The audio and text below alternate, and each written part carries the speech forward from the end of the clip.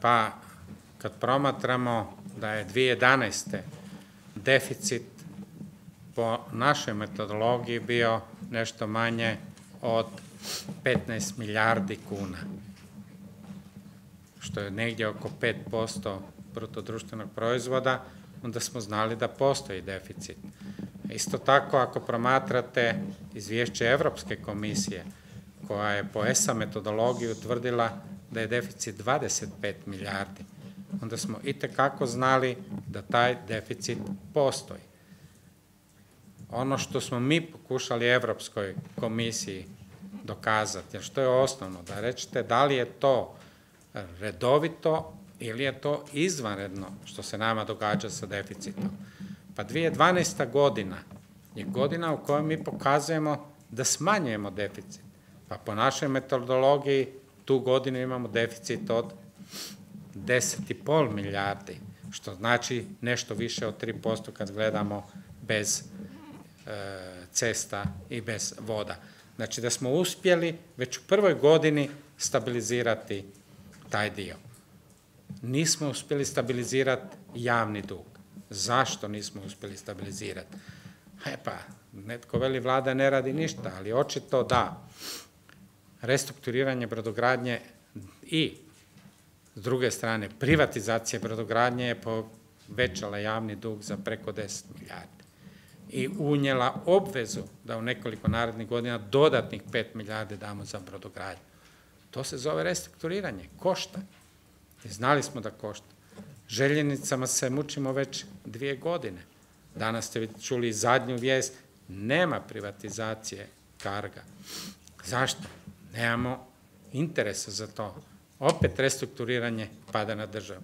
Restrukturiranje nosi nove gubitke, nove deficite, ali ono što je još veći problem, novi javni dug. Prema tome, ova vlada državni sektor pokušava restrukturirati, jer to je obveza vlade. A to restrukturiranje nosi i deficite i dugove. I to je ono što mi velimo, zato što radimo, mi iskazujemo i deficite i dugove. Ova vlada je to znala i znali smo da nas to čeka. I to je još pitanje zračnog prometa, to je još pitanje koje nas očekuje u nekim dijelovima pomorstva, prometa i veze. To je i razlog zašto želimo maknuti deficite koji nam se javljaju u Hrvatskim autocestama.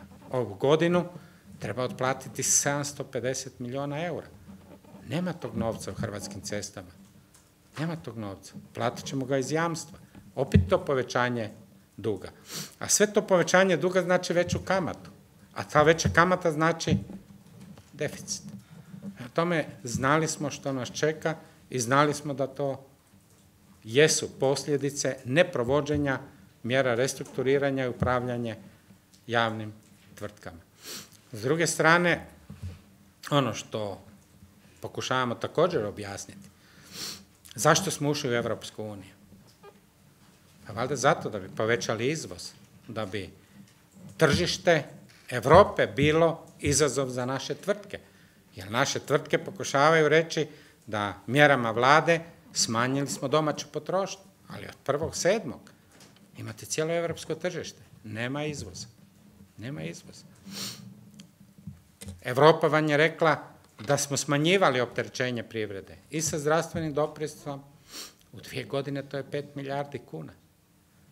I sa mogućnostu da se zadrži reinvestirana dobit, ako se unese u kapital. A u isto vrijeme, što nama donosi Evropska unija? U 2014. 3,8 milijardi doprinosa. To je novi trošak. Teško je reći da nama Europa nosi trošak. Jer taj trošak se ulagao zato da netko izađe van, da netko izvozi. I sa izvozom bi povećavao svoju gospodarsku aktivnost, zapošljavao ljude i donosio veći društveni bruto proizvod. I tog trenutka vi samo doprinos od 4 milijarde veći za Europu ne biste osjetili. Prema tome, mi smo i to objašnjavali da nama, nažalost, zbog toga što imamo ogromne probleme u privatnom sektoru, da se bavimo restrukturiranjem državnog sektora i da nemamo efekte ulaska u Evropskoj uniji na povećanom izvozu, na većem društvenom bruto proizvodu, na gospodarskom rastu, da tog trenutka mi imamo i udare sa novim rashodima. A taj novi rashod je 3,8 milijardi koji nije do juče postojao. Doprinos. Sve što dobijemo iz Evrope kao fondove, dobit ćemo 4 milijarde, ali najmanje 20% morate dati najmanje vlastitog učešća. To je opet nekih 800-900 miliona koje morate dati da bi te projekt ostvarili. Pa se onda izdatak koji mi imamo zbog ulaska u Evropu je skoro 5 milijardi.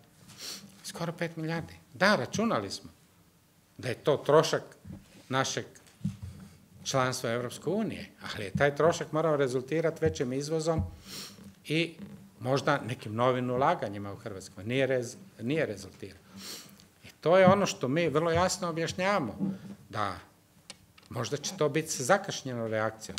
Mi više novih troškova nećemo imati ovu godinu, ulazimo sa tih novih 4 milijarde rashoda, ali onu iduću godinu opet su isti rashodi, znači ne povećavamo.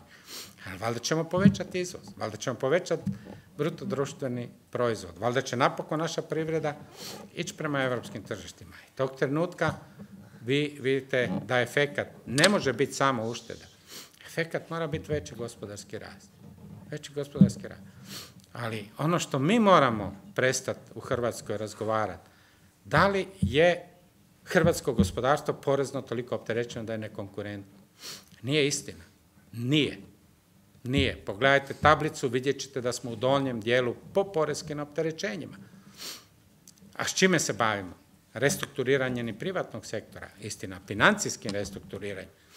Jer predstečajne nagodbe, prolongacije dugova nisu ništa drugo nego pokušaj da financijski oporavimo privatni sektor i bitkom za restrukturiranje državnog, sa privatizacijom. Jer očito da država ne može ulaziti u kapitale. Svaki ulazak države je potpora. Sad nam smatraju da i otplate kredita u autocestama je potpora.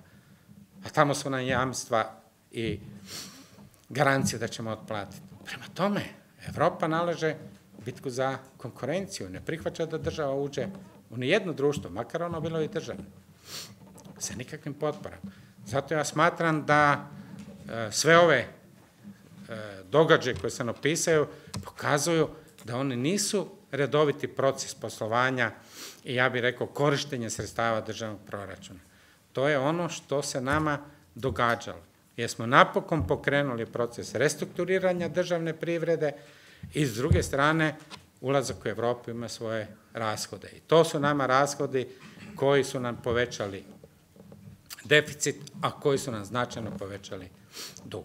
I bez samog gospodarskog efekta sa većim izvozom bit će se vrlo teško nositi. Jer svaka daljnja ograničenja su vam u biti pad na strani potrošnje, na bazi državne potrošnje i tog trenutka bitno ne možete tada očekivati gospodarski rast.